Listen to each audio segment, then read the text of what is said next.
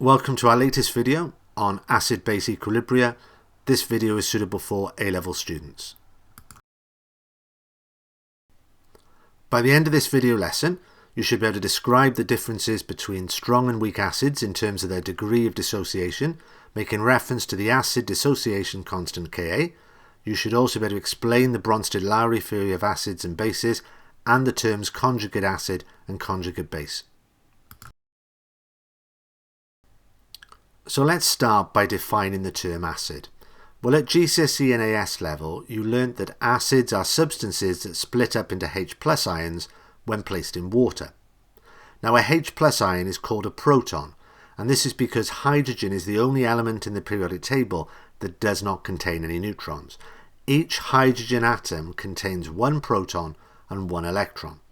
Now, when a H+ forms, the electron is lost, and that's why a H+ ion is simply called a proton.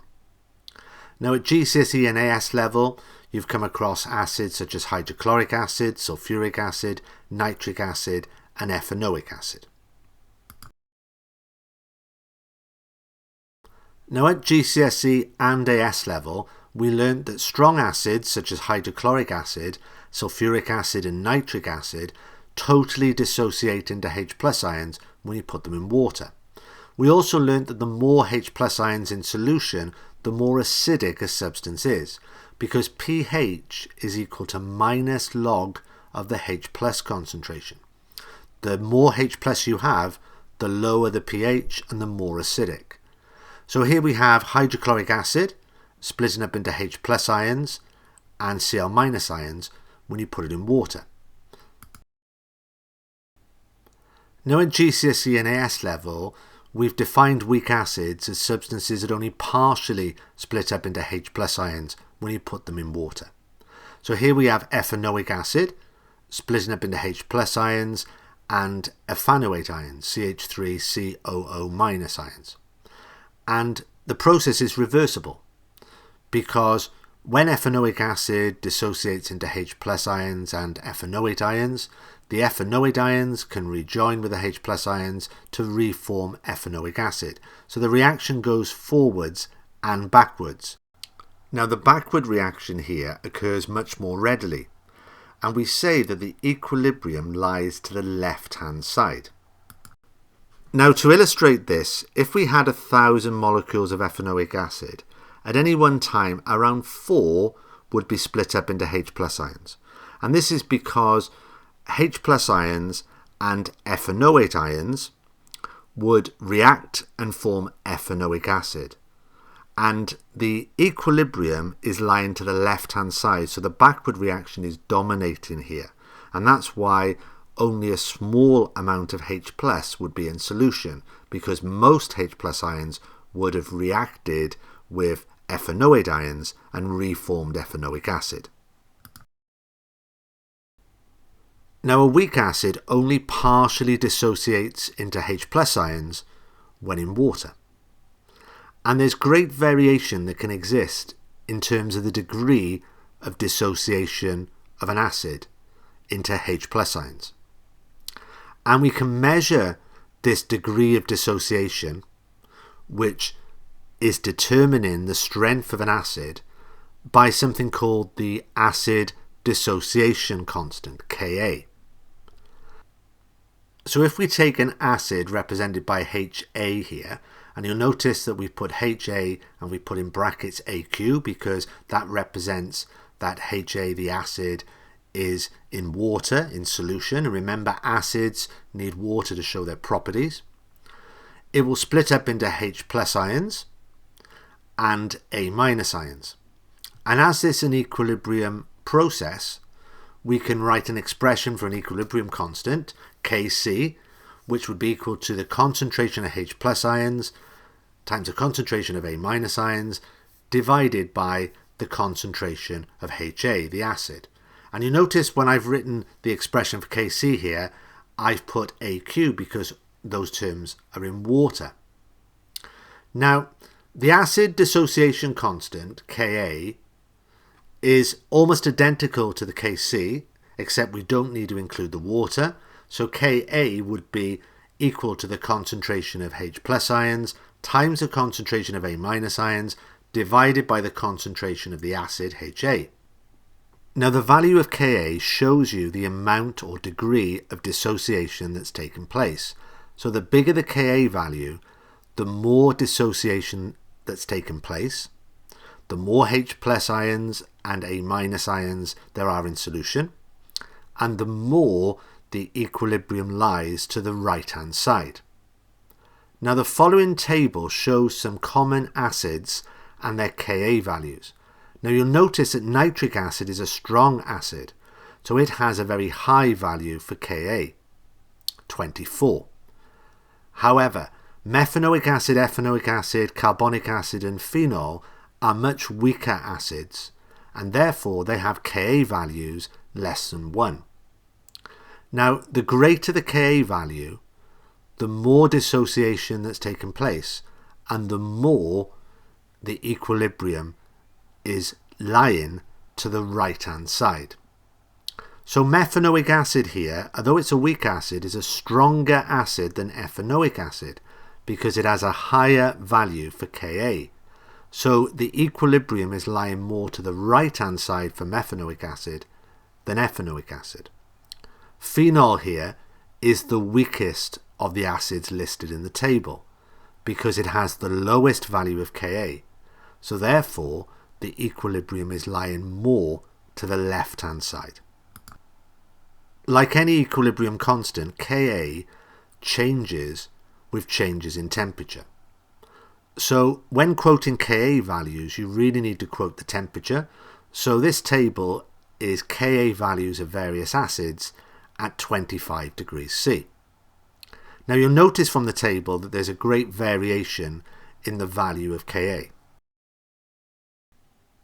Now because of this great variation that can exist with Ka values, it's often more convenient to express the degree of dissociation in the form of a pKa value. Now pKa is equal to minus log of the Ka value. And you can see here in this table we've expressed the degree of dissociation as Ka and pKa. And the stronger the acid, the bigger the Ka value and the smaller the pKa value. So you can see here that if we look at pKa's, nitric acid, the strongest acid here, has the smallest pKa value. And phenol, the weakest acid, has the biggest pKa value.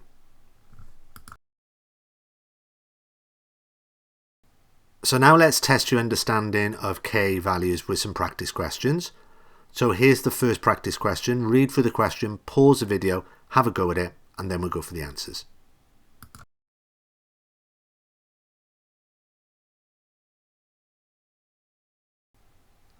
So this first practice question is asking you to write expressions for the acid dissociation constants Ka for ethanoic acid and chloric acid. So ethanoic acid is CH3COOH and it splits up into CH3COO- and H+ ions when you put it in water. So I'm writing the equilibrium here because I'm now going to use this to write Ka. So Ka is equal to the concentration of H+ ions times the concentration of CH3COO- ions, ethanoate ions, divided by the concentration of ethanoic acid, CH3COOH. So if you wrote the correct expression for Ka there for ethanoic acid, you get 1 mark. Now chloric acid, HClO, breaks up into H+ ions and ClO1- ions. And if we write an expression for Ka here, it will be the concentration of products over the concentrations of reactants. So Ka is equal to the concentration of H+ ions times the concentration of ClO1- ions divided by the concentration of chloric acid, HClO. Now if you wrote that expression correctly, you get 1 mark.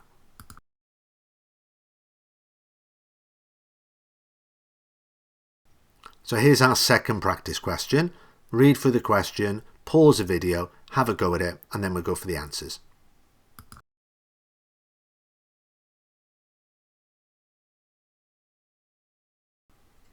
So for question 2, you're asked to first write an expression for the acid dissociation constant Ka for carbonic acid. So Ka is equal to the concentration of H plus ions times the concentration of HCO3 1 minus ions, hydrogen carbonate ions, over the concentration of carbonic acid, H2CO3. Now if you wrote that expression correctly, you get 1 mark. Now for part B, it says the Ka value for this equilibrium at 25 degrees C is 4.5 times 10 to the minus 7, whilst the value of Ka for ethanoic acid at the same temperature is 1.7 times 10 to the minus 5. Explain using these values which acid is the strongest. Well, ethanoic acid has a higher Ka value, and because of that, it is a stronger acid. So if you said ethanoic acid is a stronger acid, you get 1 mark, and if you said this is because it's got a higher Ka value, that would get you the 2nd mark. Remember, the higher the Ka value, the more dissociation takes place.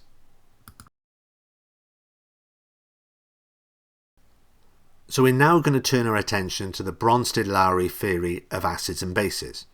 Now in 1923, Bronsted and Lowry proposed the proton transfer theory of acids and bases, and their theory states that an acid is a substance that donates protons or H plus ions, and a base is a substance that accepts protons or H plus ions.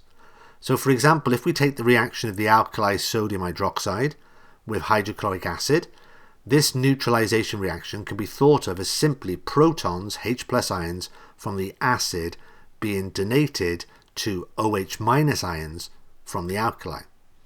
So the HCl would be a H plus donor, the NaOH would break up into OH minus ions, so the OH minus ions would be H plus or proton acceptors, and we would form water.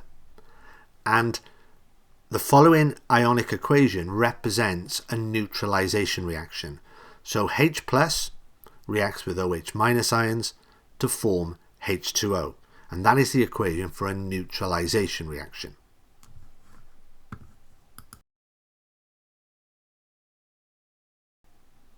So we've just seen that a Bronsted-Lowry acid is a proton or H plus donor, and a Bronsted-Lowry base is a proton or H plus acceptor. Now for an acid to act as a proton donor, a base must be present to accept the proton. So for example, if we put hydrogen chloride gas in water, the hydrogen chloride is acting as the acid because it's donating H plus to the water, and the water is acting as the base. Now when HCl reacts with the H2O here, we form H3O plus and Cl minus ions. Now the H3O plus could react with the Cl minus ions to produce HCl and H2O. And if it did this, the H3O plus would be acting as the acid, and the Cl minus ions would be acting as H plus acceptors and would be the base. So therefore, there's acids and bases on either side of the equation. And we can therefore group these together as pairs, conjugate pairs of acids and bases. And the way we do this is as follows. So if we look at this equation, HCl reacting with water, HCl is an acid, and when it reacts with water it forms Cl minus ions, and the Cl minus ions are bases. So HCl and Cl minus ions are one conjugate pair of acids and bases. Now water is acting as a base, and when it accepts H plus, it forms H3O plus, which can act as an acid. Now our second pair of acids and bases, conjugate pairs, are H2O and H3O plus. H2O is a base, its conjugate acid is H3O+. Now, you can always spot the conjugate acid of a base because it will have an extra H+ ion. So H3O+ has an extra H+ ion compared to water because water is a base and it accepts H+ to form H3O+. Now likewise, you can spot a conjugate base of an acid because it will have a H+ less than the acid, because the acid will have donated H+ to form this conjugate base.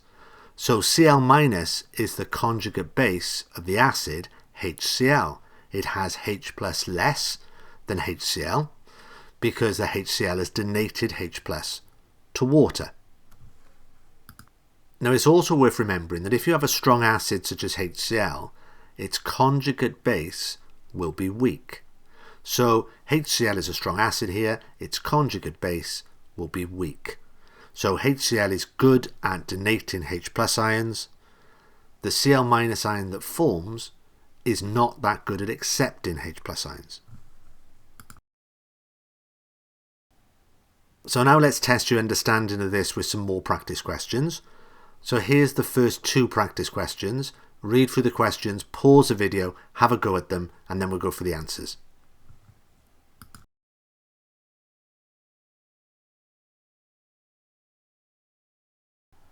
So question 1 is asking you to explain why water in the following equation is behaving as an acid.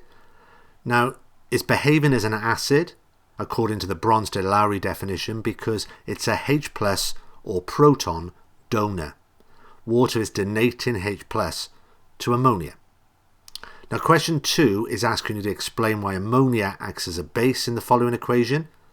Well, ammonia, NH3, is accepting H+. It's accepting a proton. So it's a proton or H+ acceptor. It's accepting this from a phanamide. So if you said that water's a proton donor or H+ donor, you get 1 mark for question 1. And if you said ammonia is a H+ or proton acceptor, you get 1 mark for question 2. So here's our next practice question.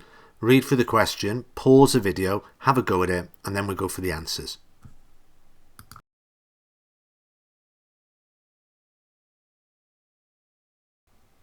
So question 3 is asking you to write a chemical and ionic equation to describe the reaction that takes place between potassium hydroxide and nitric acid. So the chemical equation would be KOH, that's the formula of potassium hydroxide, reacting with nitric acid, HNO3, and it would form potassium nitrate, KNO3, and water. And it's already balanced here, you don't have to do anything to balance this. Now the ionic equation would be H+, because the nitric acid donates H+, plus OH-, because the alkali here is supplying OH- ions, they're H+ acceptors, and it's forming water, H2O. So there's 1 mark for the chemical equation and 1 mark for the ionic equation. So now have a go at question 4. So read through the question, pause the video, have a go at it, and then we'll go for the answers.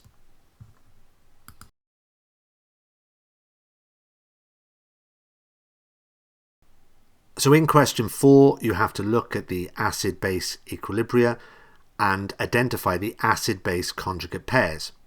So in the first, we have ammonia, NH3, reacting with water to form NH4+ and OH-.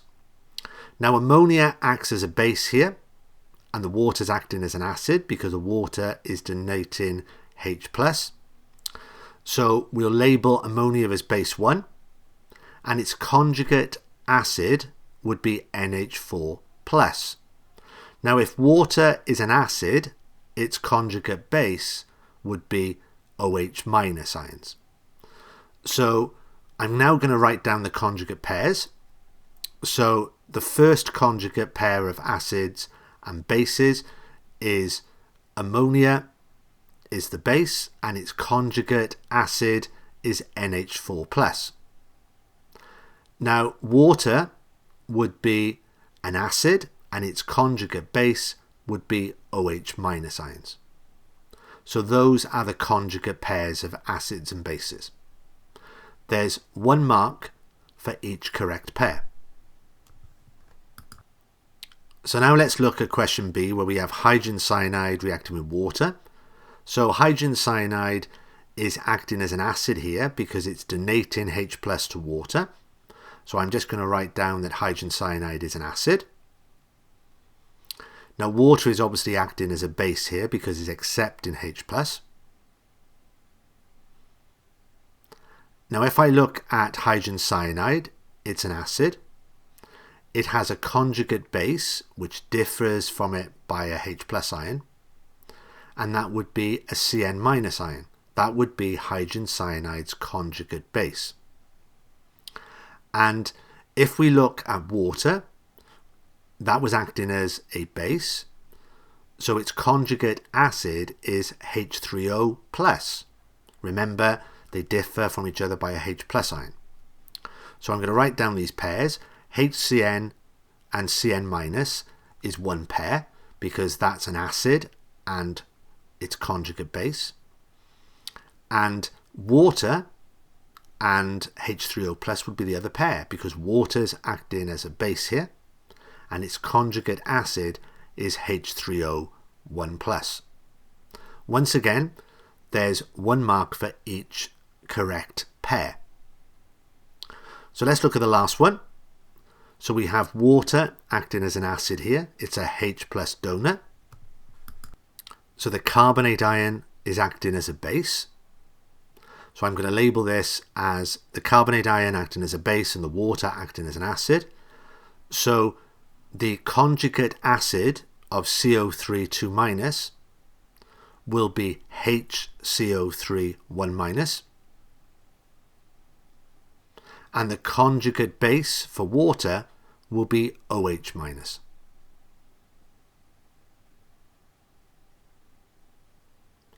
So I'm now going to list the pairs. So the first pair of conjugate acids and bases would be CO3 2 minus, which is the base, and HCO3 1 minus, which is its conjugate acid. And the second pair would be H2O, which is the acid, and its conjugate base is OH minus ions. And once again, there's 1 mark for each correct conjugate acid-base pair. So here's the final practice question. Once again, read for the question, pause the video, have a go at it, and then we'll go for the answers.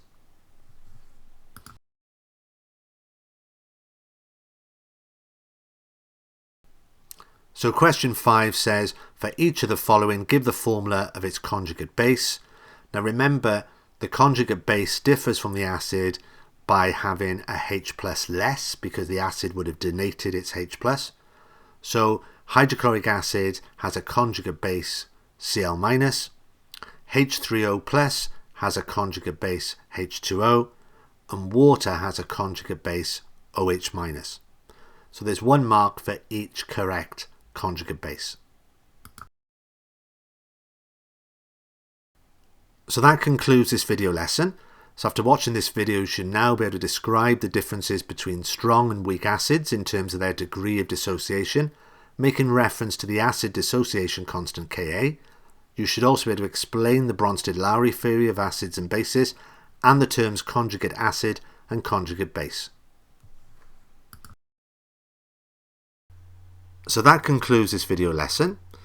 So please check out our YouTube channel, Dr. O Chemistry, which has lots of GCSE, AS and A-level videos, and our Twitter site @RadaChemistry.